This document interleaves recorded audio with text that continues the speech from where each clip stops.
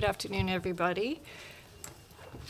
My name is Shauna McGee, and on behalf of the United Nations Correspondents Association, we'd like to thank our panelists here for introducing this report. They're from the Lowy Institute based out of Sydney, Australia. And we understand that this is the first report of its kind, and I know many of us are from the Asian region as reporters, so we're very anxiously awaiting to hear what you have to say. And the results are very interesting. I took a quick glance at them, especially given that in the future, by 2025, 2/3 of the world's population will be based in Asia. So let me turn it over to our speakers. I'll introduce them one by one and then let them talk to you, and we'll take questions. And before the questions, please identify your name and country and what media organization. So we have first, on my right, Michael Fulilove. Did I say that right? Yes, you did. Perfect. Thank you. And then we have Hervé Lamieux. Did I say that right? Perfect. Okay. And the last one is Bonnie Blay. And thank you again very much. Thank you. Thank you, Shauna. Well, good afternoon, ladies and gentlemen. I'm Michael Fulilove. I'm the Executive Director of the Institute, and I'm here in New York with my colleagues, Hervé and Bonnie, on a gorgeous spring day to launch a new research product, the Lowy Institute Asia Power Index. This is one of the most important projects the Institute has undertaken, and what you'll see here today is the culmination of 2 years' work by the Lowy Institute team, in particular Hervé and Bonnie. I've been asked why we decided to do an Asia Power Index. Well, Asia is the locus of most of the Institute's work. We're an Australian think tank, the leading Australian think tank. We focus on the world from an Australian perspective, but naturally Asia touches almost every piece of work we do. So Asia is the locus of our work, and one of our preoccupations is power. And increasingly, with the developments on the Korean Peninsula, with President Trump's threats of trade sanctions, with the spectre of a trade war in Asia, the time is right, we thought, to examine and look at power in Asia. It's no secret, I think, that globally wealth and power are shifting eastwards towards Asia, and we thought that we need better research tools to track the nature and the speed and the extent of this shift. The Asia Power Index is an analytical tool that aims to sharpen the debate on power dynamics in Asia. It's the most comprehensive effort ever undertaken to measure power in Asia. It ranks 25 countries, including the United States, as the major external power in Asia, across 8 different types of power using 114 indicators. And it's all presented on a wonderful digital interactive site. Just before I introduce Hervé and Bonnie, let me mention why we've decided we will launch this index in different locations within Asia and Australia, but let me mention why we're doing the first launch here in the United States and in New York. Firstly, we think that America's relationship with Asia has never been more important. Asia is the single greatest source of opportunities and challenges for the United States. Asia is where much of America's economic growth will come from in future decades, but it's also the location of America's only true peer competitor, China, as well as the world's most dangerous country, North Korea.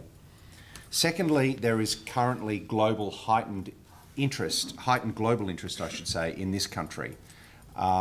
We have rhetoric coming from the White House that is pretty insular and pretty narrow, and we believe in that context that it's time to try to expand the debate in the United States and to bring more of a worldly feel to it. And finally, here in New York is not only the world's media capital, but also, of course, it's the headquarters of the international organisation, the United Nations, and we're delighted to have this opportunity to speak to you guys today. Let me thank Shauna and Pamela for hosting us. Let me now pass over to Hervé and Bonnie, the lead researchers on the project, to talk about the Asia Power Index. I will mention that we are launching, the official launch of the index takes place tomorrow night at the Asia Society. We have a panel discussion with Kevin Rudd, the former Australian Prime Minister, with Susan Glasser, formerly of Politico, now of the New Yorker, with Singapore's permanent representative to the United Nations, as well as Hervé and me. So if anybody here is interested, if your appetite's been whetted, you want to hear more about Asian power, then please come along tomorrow night. The last thing to mention is that this briefing is on the record, but it's embargoed until midnight tonight, so we'd be grateful if you would respect that. So let me hand over to the director of the Asia Power Index project, Hervé Lemahieu. Hervé. Thank you, Michael. Let me first set out the structure of the index to give you a sense of the breadth and the depth of this undertaking. We've done 2 years of research into assembling the most comparative research undertaking on power ever published. Both geographically in terms of the 25 countries we mentioned, but also in terms of the multi-dimensional assessment of the distribution of power in Asia. Our consultations were wide-ranging. We did an extensive literature review on both the theoretical background behind conceptions and definitions of power, as well as thematic areas of expertise in which we cover. And we identified 114 indicators drawn from hundreds of publicly available sources and original Lowy Institute research to arrive at an analytical tool which is interesting not only at the top level, but at every level. And this is why it was imperative that we build a website that functioned as a digital platform to house this index, and my colleague Bonnie will show you. But the way we define power for the purposes of this index is a capacity to shape the course of international events, to influence the behavior of other states and non-state actors in the region. And in order to do so, there are 8 primary dimensions of power: economic resources, military capability, resilience, which is really a form of autonomy. It is a way in which countries can withstand real or potential threats to their stability. Future trends, where we project the distribution of military, economic, and demographic resources into to 2030. And then we move from those assessments of material capabilities and institutional robustness into our influence measures. Here we measure diplomatic influence, economic relationships, which is more to do with Asia specifically, defense networks, which measures the number and depth of a country's defense partnerships and alliances, and finally cultural influence. So you see that it's very wide-ranging in terms of the scope of this undertaking. Let me take you immediately, just behind you, you'll see each of these measures, the ones that I've outlined, are comprised of thematic submeasures and baskets of indicators. Each of these you can explore in your own time on the website. Each of these tell interesting stories and angles for different countries. So at the tip of the iceberg, in terms of our overall power rankings, we have 4 classifications of countries in the region. Firstly, the United States and China. The United States still has a commanding 10-point lead over China, which surprises many people we've spoken to in certain parts of Asia. And this is because it maintains the most powerful military force in Asia. It has an unmatched defense network. It has a large margin of influence in terms of cultural soft power, and it has institutional resilience. China, though, is rapidly catching up. In fact, it has climbed the ranking so fast that we consider it now a rival peer competitor of the United States, a rival regional superpower in Asian great power politics. Its strengths lie predominantly in its economic resources, its size, which is already 17% bigger than the US GDP in purchasing power parity terms, which it's then leveraged into economic relationships through initiatives like the Belt and Road, but also as a primary source of foreign lending and assistance in the region. And also what we see now is the fact that it has become the most diplomatically influential. Beijing has become the most diplomatically influential capital in Asia as a result of these initiatives. Where it lags is in military capability still. We see that it has it's made progress in terms of its maritime area denial in its near abroad in the South China Sea, but it's nowhere near rivaling the United States in terms of long-range force projection. Neither does it have the sort of alliance network that the United States has in the region.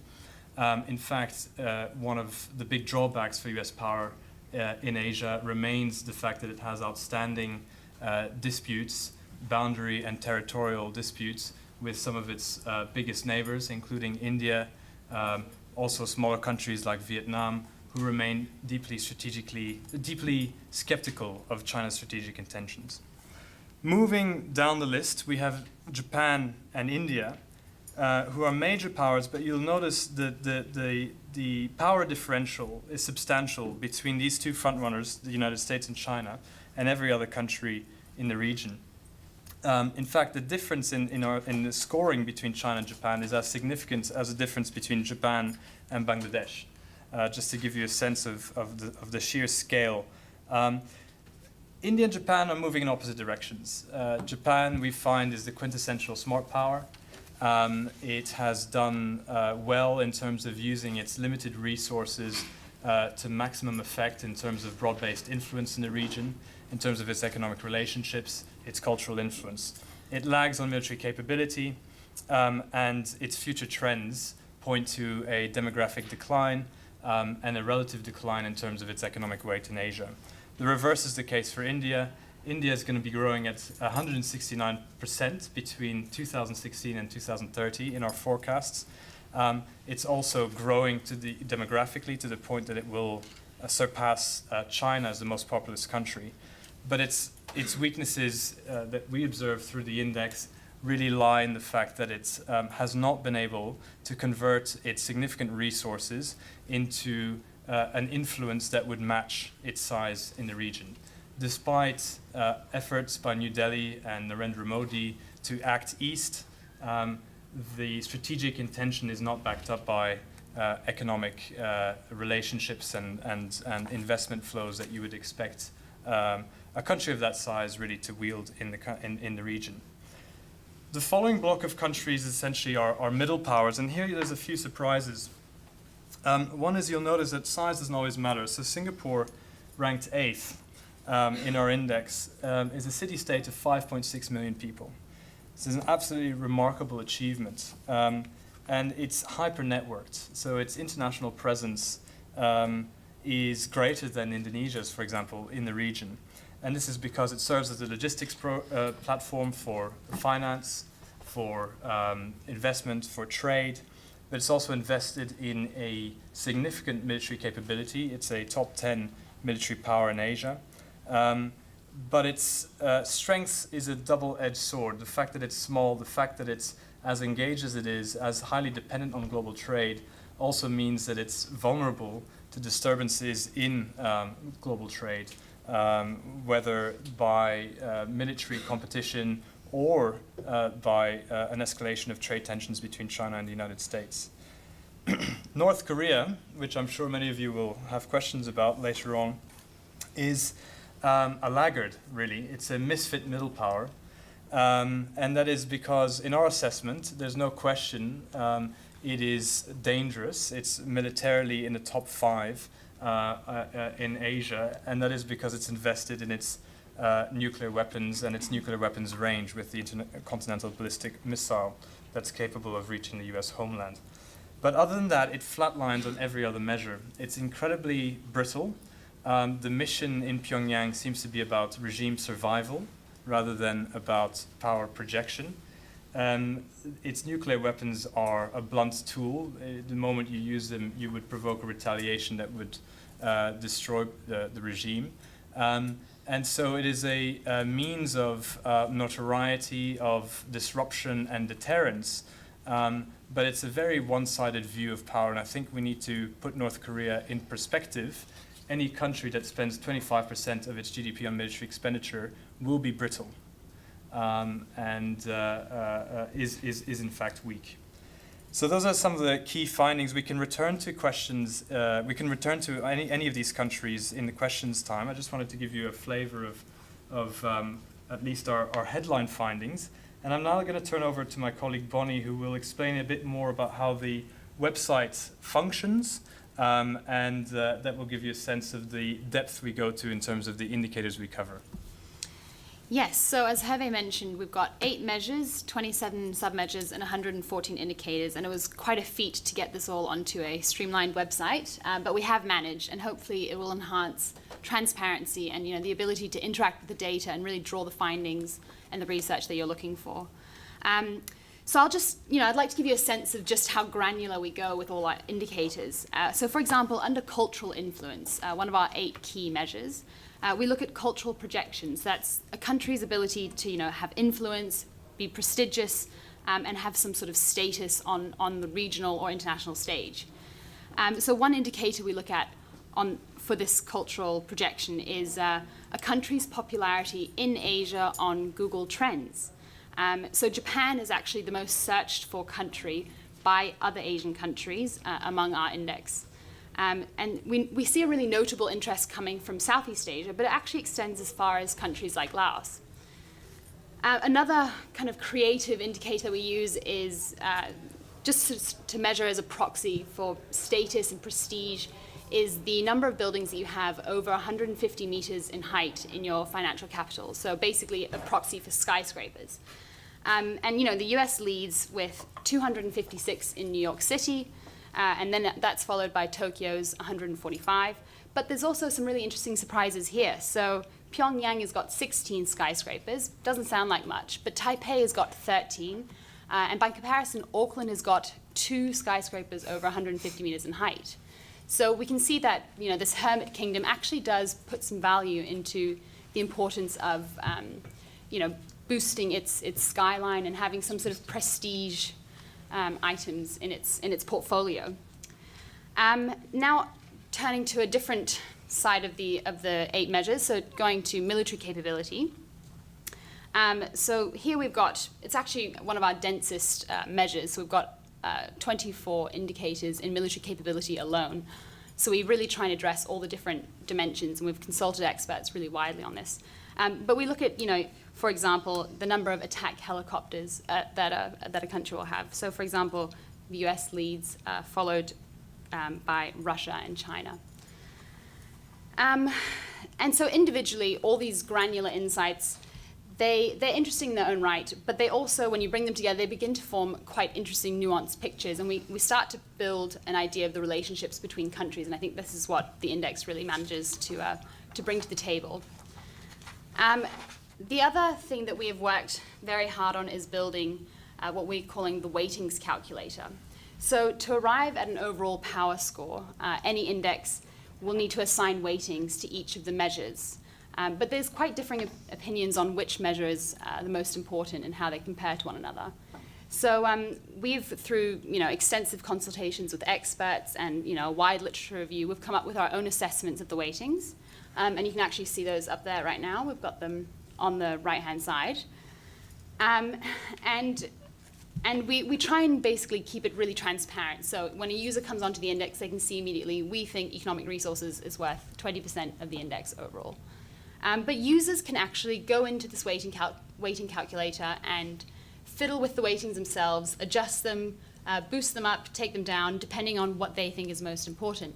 And you'll see the rankings rearrange on the left-hand side. So people can really have their own reading of power in Asia. And of course, you can always return back to the authoritative Lowy Institute weightings at any point, which is the ones that we use throughout the index and what these results are based on. And one further feature that I'd like to just bring your attention to is called the power gap. And Hervé already mentioned in the findings about Singapore and North Korea that we think of countries not only through the ranking of overall power, but also through overachievers and underachievers. And so the power gap is basically a model that looks at your expected power on the basis of your size and resources and compares this to your actual power. And that way we can see whether a country, irrespective of how it compares to, say, China and the US, how it performs in its own right. So on the x-axis, you've got the resources. On the y-axis, you've got the influence scores. So that's based on the 4 resources measures and the 4 influence measures. And a country that sits on the line is basically performing as you would expect it to based on its resources. But a country that falls below the line is underachieving or underperforming in the region. And a country that is above the line is overachieving. So it's punching above its weight in the region, in Asia. So the overachievers that we've identified are Japan, Singapore, Australia, and South Korea. And the underachievers that we've identified are North Korea, Russia, and Taiwan. And I think the thing that will be particularly interesting is seeing how the power gap changes over time as well. I think that's where some of the really interesting findings will come to light. Right, so without further ado, maybe I should leave it to the chair actually. Oh, okay. I'm chair today. We'll turn it over to questions, and please identify your name, your country, and your media outlet, please. Thank you. Thank you. Ariana King. I'm American, but I work for Nikkei Asian Review, which is a Japanese media organization. So first, you mentioned this was 2 years' worth of research, and also that the timing of this is perfect for the recent developments with the North Korea summits and potential trade war. Did those factor into the? Is that how long the data has covered? Is it including the recent uncertainties? No, I think so it's 2 years of worth of research. The first year was largely dedicated to building a methodologically rigorous architecture for the index, consultations with experts, and so forth. The next year was really dedicated towards data mining, seeing what was available, particularly given the challenges of finding data that's comparable for 25 countries in the region. So the data is 90. I think what we should be careful about this, but we can confirm, but it's I think 80%. I can get out the stats, but basically the majority of the coverage is 2017, and then it does go a little bit out. Let me just grab those for you. But we go a little bit into 2016, but it's pretty marginal. So we've managed to make it basically a snapshot of power and time, and it will cover some recent developments, but it's also really looking at structural factors. So coming back to that question, I think it's about who would be most vulnerable in the event of escalating trade tensions in the region coming to a point where we have a global trade war. It's a hypothetical and therefore cannot be measured, but what we can measure through our geoeconomic security component of resilience is which countries stand most to lose from essentially the heating trade tensions between China and the United States, and it's neither of those two countries. It's smaller countries with much greater trade to GDP ratios, so that much higher reliance on global trade. They stand to lose the most. It's the countries that subscribe and have the greatest interest in the World Trade Organization and the rules-based economic order in Asia that would be the greatest victims of a potential trade war. Another point to make there is that even if the target of U.S. tariffs is primarily aimed at China, the fact that regional supply chains crisscross the entire Asia-Pacific means that a trade war with China is essentially a trade war with Asia, and would really undermine what is already the Achilles heel of U.S. power in Asia, which are its economic relationships. And I can just confirm for you, I've got the numbers in front of me now. So 94% of the data relates to the years 2015 and onwards. 54% relates to the years 2017 onwards. And so most of our data, 46%, comes from 2017. and then after that, 2016 is 27%. And just 5% is 2013 and earlier, and that's really where, it depends on the indicators, depending on availability. So it's, So very just- very much a snapshot. So in just to time. wrap that up, I mean, obviously we've used the latest possible data where we can, but it needs to be comparable across all countries. So where we can use 2017 data, we use that, and in most cases we do, but where we don't, we use older data, and we're transparent throughout the index and on the website as to what year the data comes from. The other thing I would say is that although you're very kind of you to say that the timing has been perfect, anybody's timing can be messed up by Mr. Trump. Because even while we've been conducting this press conference, Mr. Trump has tweeted that he will announce his result on the Iran deal at 2 p.m. tomorrow.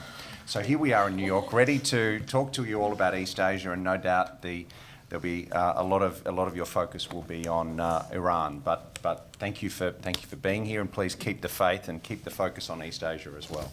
And I'm sorry to hog the microphone, but I did have one more question. I was wondering how much covert sorts of influence factored in, like cyber warfare or the possibility of interfering in other countries' elections, that sort of thing. Sure.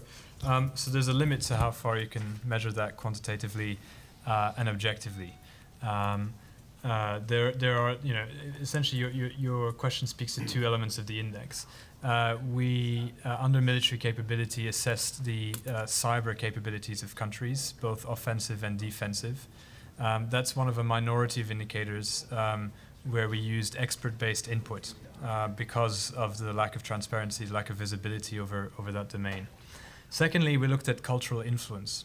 That's where, this is where we were looking at the ability of countries to shape public opinion in Asia, and more in terms of the above-ground traditional routes of soft power rather than through or by covert means.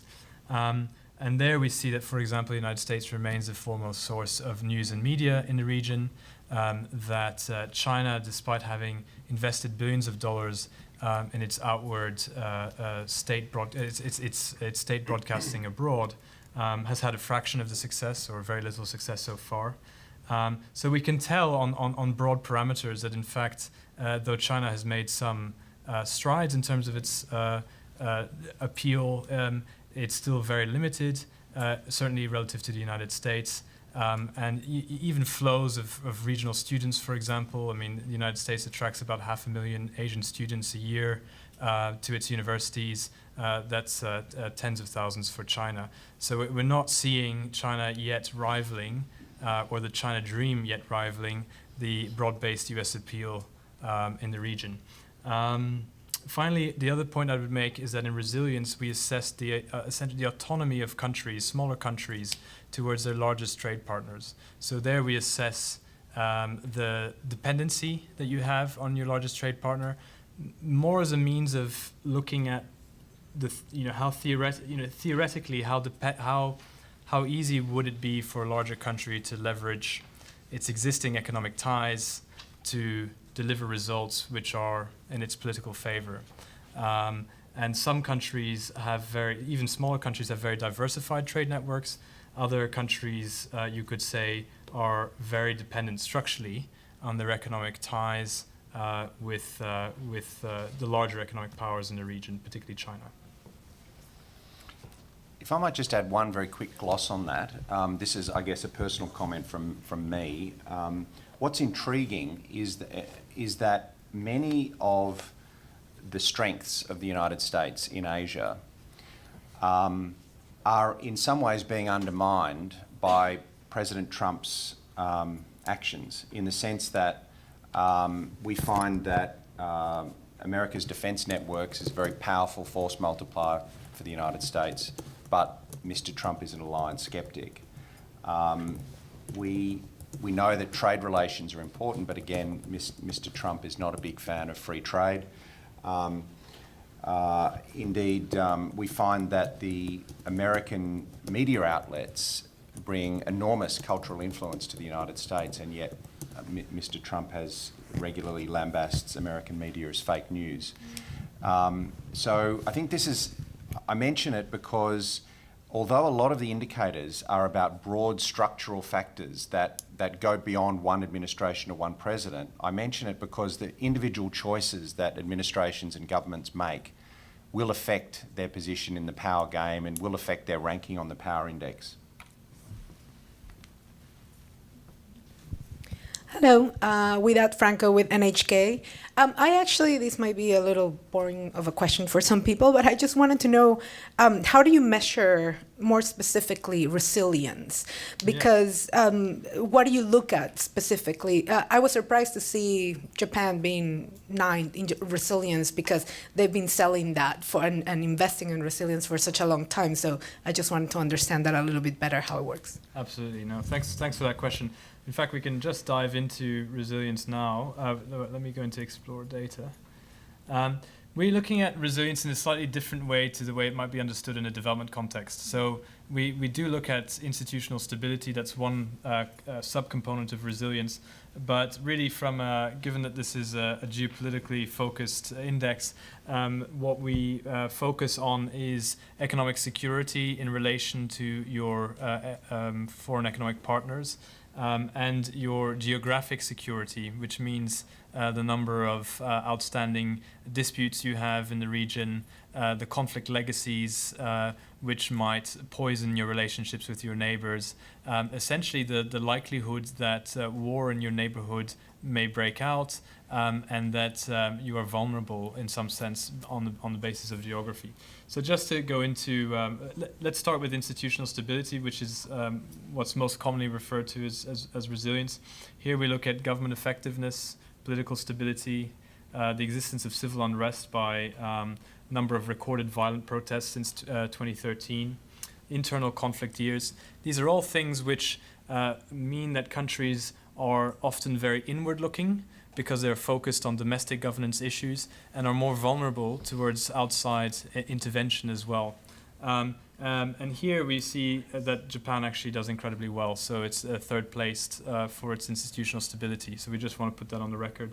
Now, in terms of geopolitical security, this is where we look at your population relative to your neighbors, your land mass as a sort of deterrent effect, your interstate conflict legacies, and your boundary disputes.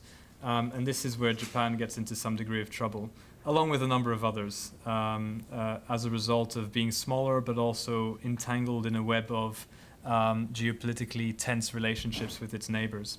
And finally, we look at geoeconomic security. This is looking at your diversification of your economic relationships. The more dependent you are on a single trade partner, the more leverage in theory that trade partner holds over you, the higher the cost it would be to take a decision which works against the interests of your trade partner. So here we take on board not only your dependency on your primary trade partner, but your dependency on global trade at large, precisely because, as outlined, the threat of global trade wars or any physical disruptions to trade, diversity of export markets, your energy self-sufficiency. This is also a really important one for Japan, in which it doesn't do so well.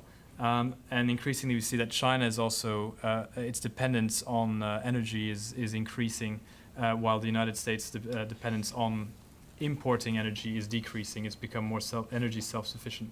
And things like rare earth metal supply. So that gives you a bit of a broad overview of the factors that go into determining what countries' resilience are.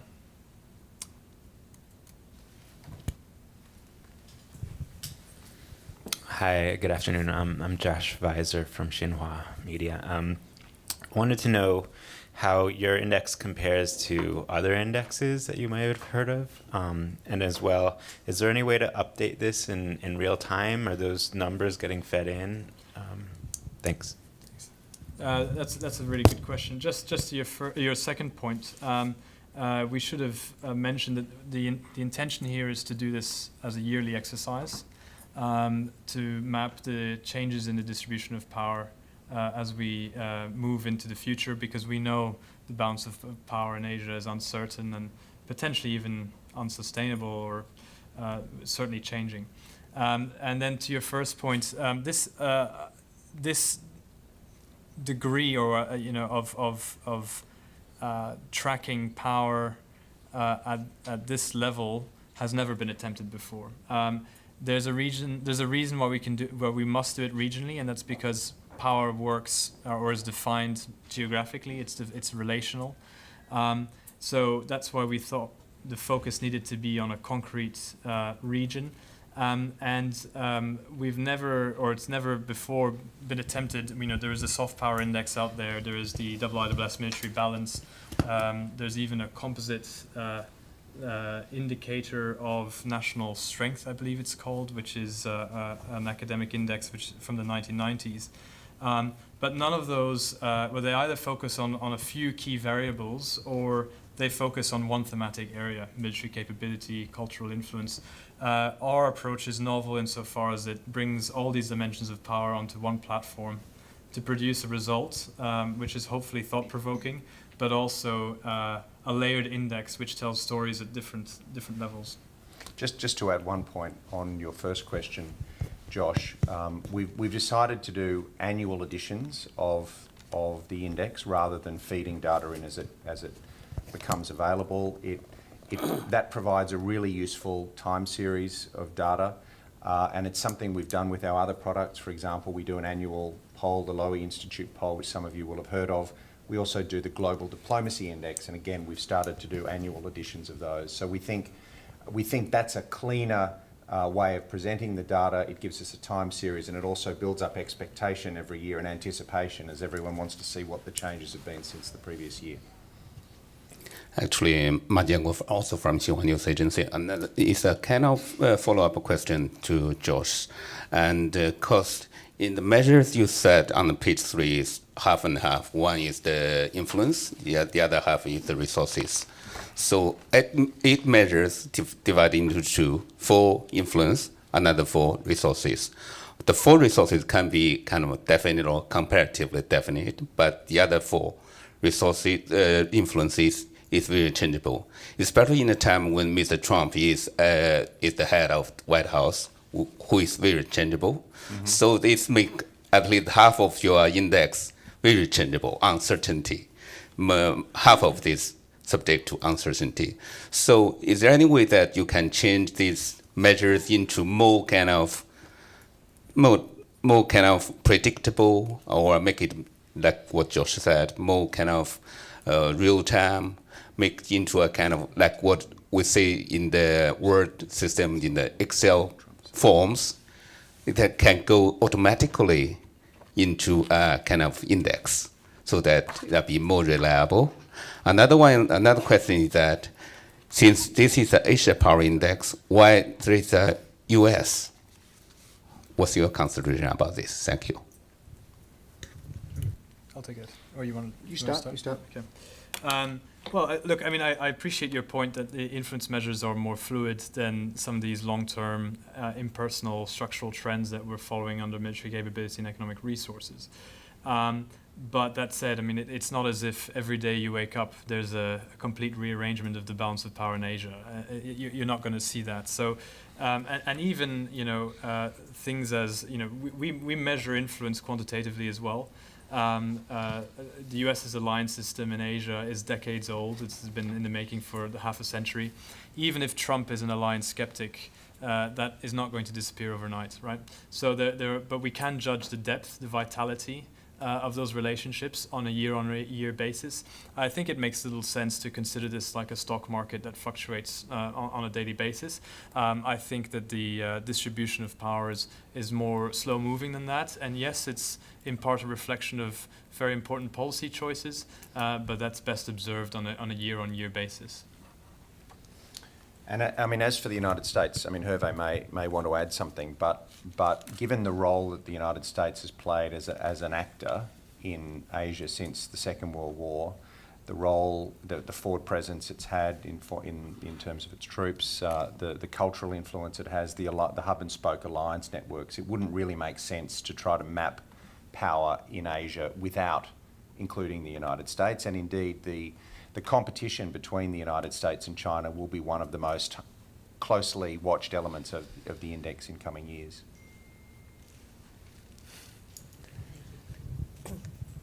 Carlos Day, Global Research.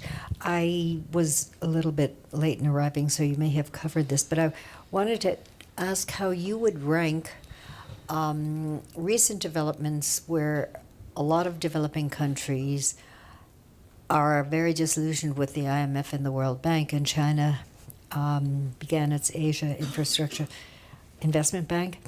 And although the U.S. had tried to discourage Western Europe from joining, they did join enthusiastically, which would seem to have boosted China's credibility and prestige enormously. And then, secondly, this gets into the covert issues. Well, actually, I have a third question, but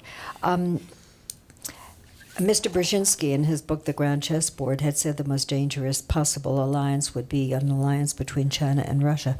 And last May, I was at the Belt and Road Conference in Beijing, and the British were so incredibly supportive of the Belt and Road Conference that at a certain point I began to wonder, are they trying to lure China away from an alliance with Russia? And then the third question, I realize this is quite a bit, the Thucydides principle. Are you addressing this, and does it have any relevance at all? Good questions. So just on the point about whether we can start measuring China's gains in influence as a result of taking a more proactive stance in the multilateral architecture of Asia. And we can. In fact, that is in large part the reason why in diplomatic influence terms, we see that China leads. It has the initiative, as it were. The United States is on the back foot. We also see that, for example, when we look at in diplomatic influence, we look at multilateral power. And sorry, I keep pressing the wrong thing on the website.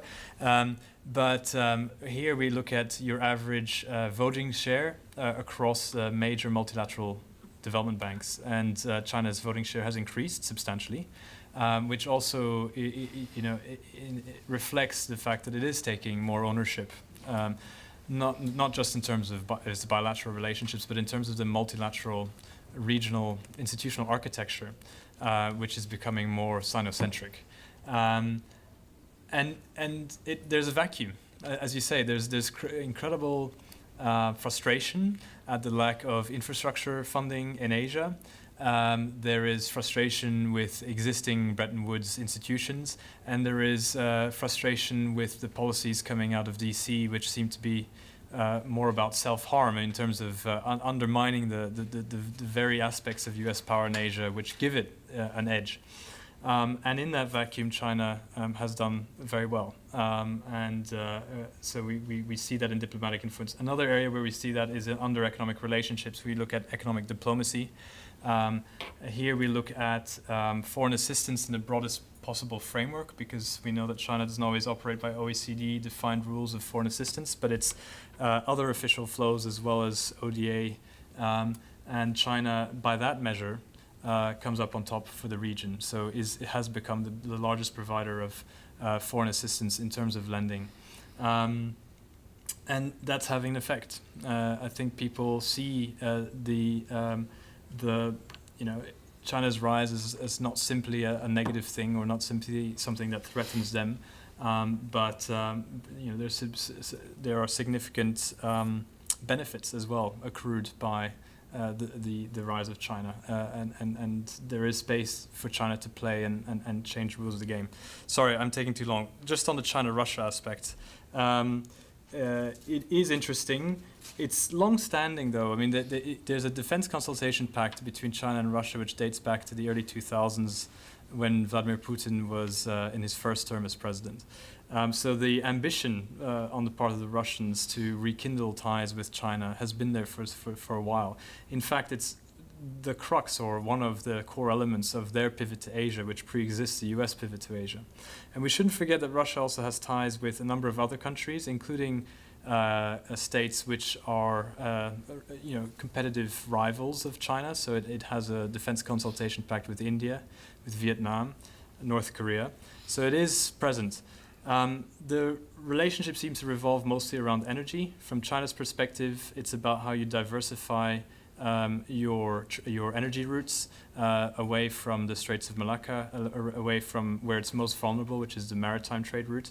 That explains the Belt and Road Initiative, the Silk Road, the emphasis on the continental connections.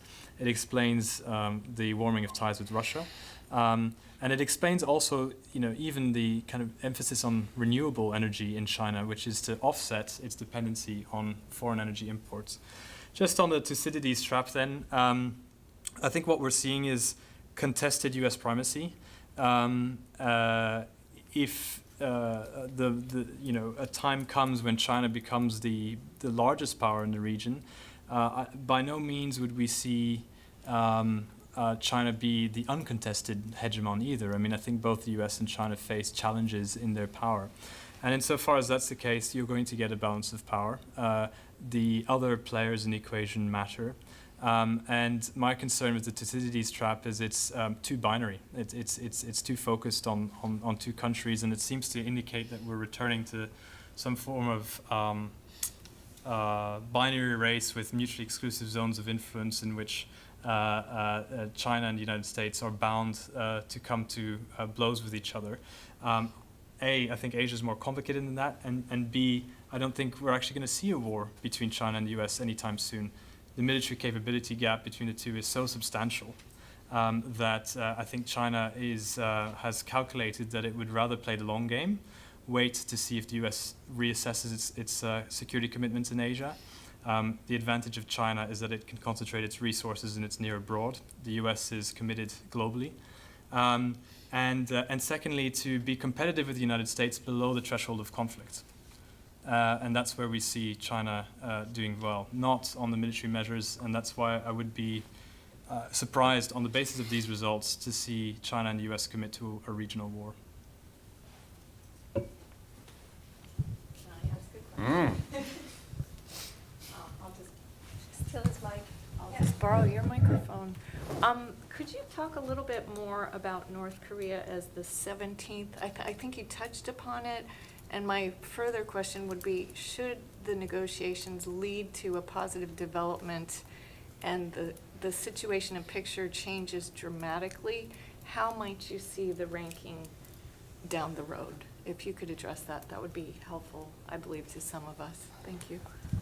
Well, I'll just start off quickly and impressionistically and then let Hervé come in with some data. I think this is one of the results that people find surprising, and the reason is that if you read the newspaper, as we all do every day, and given that Kim Jong-un has muscled his way into a bilateral summit with the President of the United States, that doesn't feel like the actions of the 17th ranked power in the region.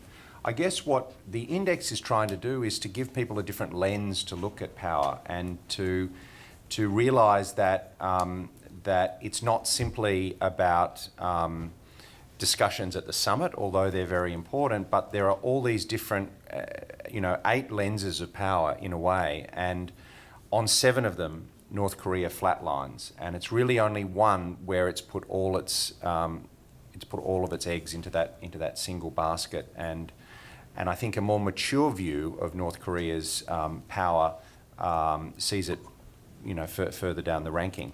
I'd be open to what Hervé says, but I think there's obviously a country that does so badly on so many measures has an opportunity to make gains. So I think you could look forward to see significant changes in North Korea's position. One qualitative point I would make is that I think a lot of us are re-examining our view of Kim Jong-un. Not that he's a great humanitarian, far from it, but he is a more subtle and able leader than I think many of us took him for. He was caricatured for a long time, but his ability to pivot from sort of fratricidal acts and that incredible focus internally and the brash, outlandish rhetoric to a much more cuddly figure, preparedness to make significant shifts of policy means he looks like a more formidable leader today than he did 12 months ago. Hervé, what would you add? I mean, I wouldn't add much. I think it's a timely reassessment of North Korea.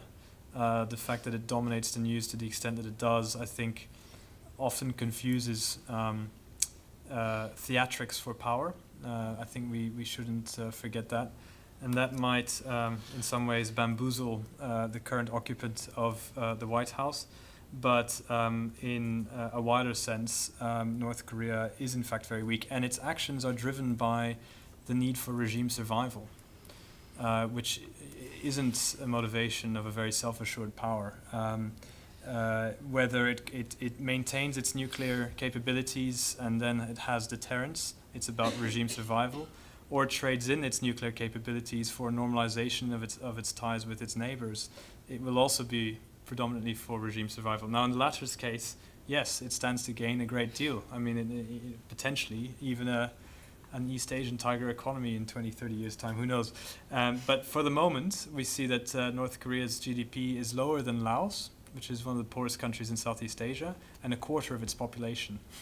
So, things are very dire, and any country in history that has had to spend as much as 25% of its GDP on military expenditure has to be brittle. There's no way that is a very healthy state of affairs. So, yeah, we take a multidimensional view of power, and in our assessment, North Korea is much weaker than we give it credit for, essentially.